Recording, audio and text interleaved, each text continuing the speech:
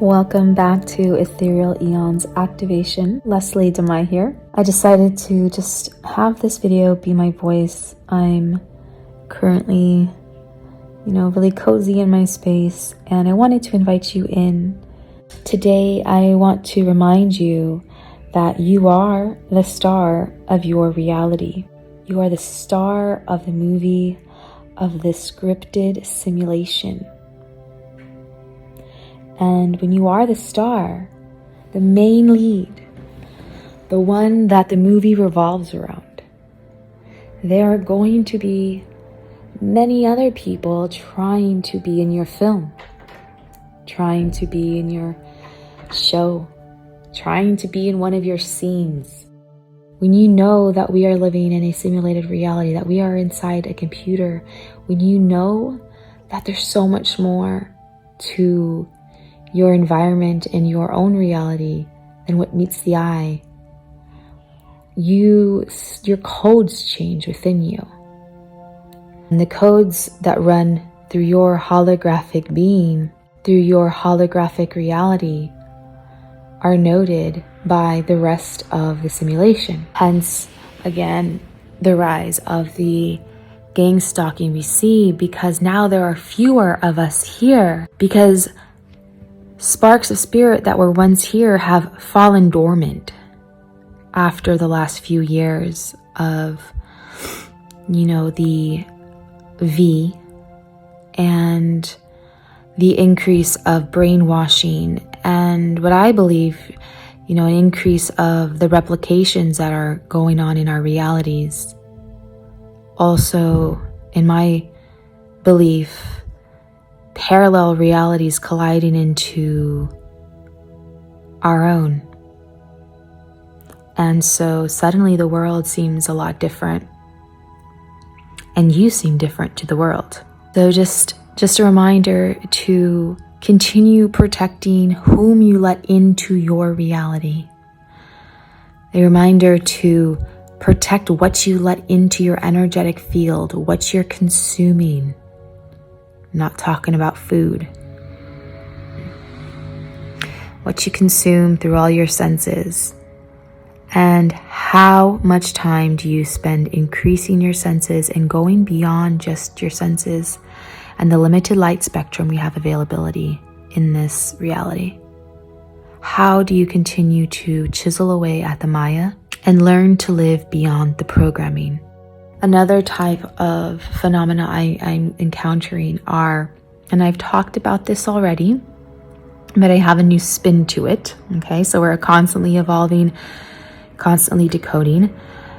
The way that the NPCs or Agent Smiths or hijacked vessels, whatever you want to call them, to me, they're all slightly different. To me, they're all slightly different energies that I pick up. But when they're in your grid line, when someone is directly next to you in your grid line, and there's all the space in the world, but they're right there. And it's like they seem to be doing nothing, really.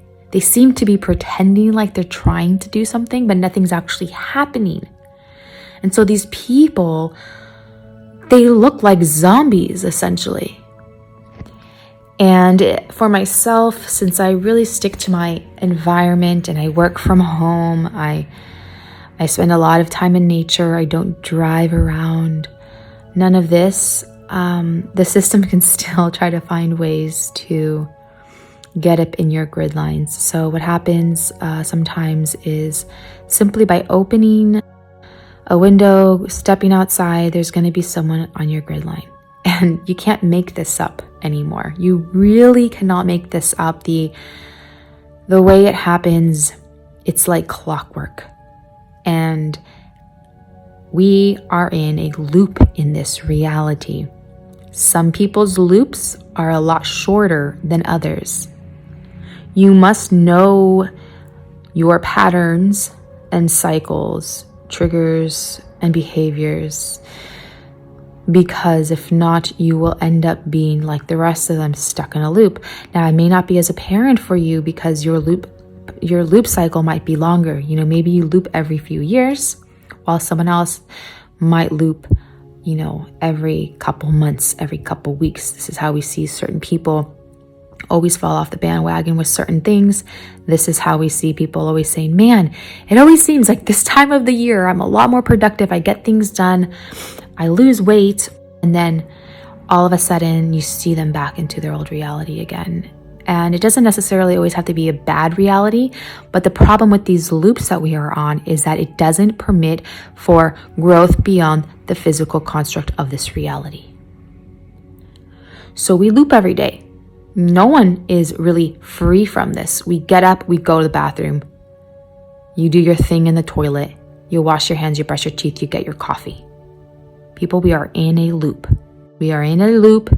And some days you wake up and you're like, I think I'm in a completely different parallel timeline, and remain aware that it knows that we know that it knows. Or it knows, it knows that we know that it knows that we know. And when I mean it, I mean the computer, I mean the simulated reality. And I really do believe that it's like bubbles almost, we can call it. Okay, so my reality where I live, where I go to the store, and where I go to the ocean, that is one bubble. And when I travel out of this zone, I then enter another bubble. And sometimes the sky will seem different, the energies will seem different, energies in the firmament, these different zones we're in geographically. Listen to your spirit, go to where you feel most harmonious, go to where you can just let the bullshit go. Don't be hanging around areas you know are going to cause you stress. It's not worth it. So it can even be as simple as not being around certain people and going to their homes, not going to certain cities or neighborhoods. I'm telling you, this is real. What you are sensing when you're in an environment that you just don't like. Everyone knows that. There's certain neighborhoods we don't like to drive into. There are certain streets and routes we don't like taking. It's not necessarily because you know, maybe there's more traffic there or whatever. It's more than just the physical.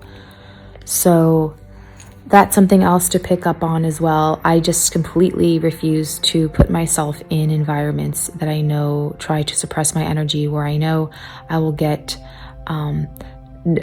they will attempt to bully me, you know, with chaotic energy. All right, and then another thing is notice the different characters around you. So besides, the ones on the street that are on your grid line, the ones gang stalking, you're in your area, all of that. I'm talking about people that talk to you, even if it's just online, okay? Even if you haven't met them, if you've already had more than 3 conversations with someone back and forth online, you best believe they're trying to be in your reality. Okay? And that doesn't mean there's anything wrong with that if both parties consent to it. But once you start getting people in your life constantly trying to be in your reality, okay, and it's just not 100% where it feels like an equal partnership. Okay, because a relationship should be an equal partnership. Sometimes it's give and take, but in the end, it is an equal partnership. That is called 2 whole beings coming together. Sometimes you're going to get people too excited to be in your reality, where you're like, you need to simmer down. Because then you can kind of pick up on that vibration of people trying to get external validation. And again, when you're the star of your reality, people are going to be coming around heavy with that energy. So there is a definite difference between 2 equal individuals coming together and showing respect and a good time. And then there's the whole situation of like an individual coming full blast up in your space, even if it's in the online world, just trying a little too hard. Okay, so listen to your intuition. If you are not the star of your own reality, you're going to have lower self-esteem. You're going to have that same complex of seeking external validation. And so you might see this person coming your way all excited and be like, oh, cool, there's someone trying to connect with me. This is awesome. Oh my gosh. Wow, very cool. Yeah, they seem to really like me. But when you're the star of your reality, you don't need that. So when you sense that energy from someone coming externally that you didn't call your way, it's going to be a different outcome. You're not necessarily just going to be like, oh, cool, this person wants me, I want them too. No, because you choose who you want in your reality. And intuition rules. Okay? Intuition rules. So just wanted to give you guys a short little video that you are the star of your reality, and to claim that and to embody that. And we're all going to, sometimes, the mind gets wiped when we get emotionally imbalanced, when we get impulsive, and when shit just comes up that's heavy, right? Maybe we're just in a bad mood.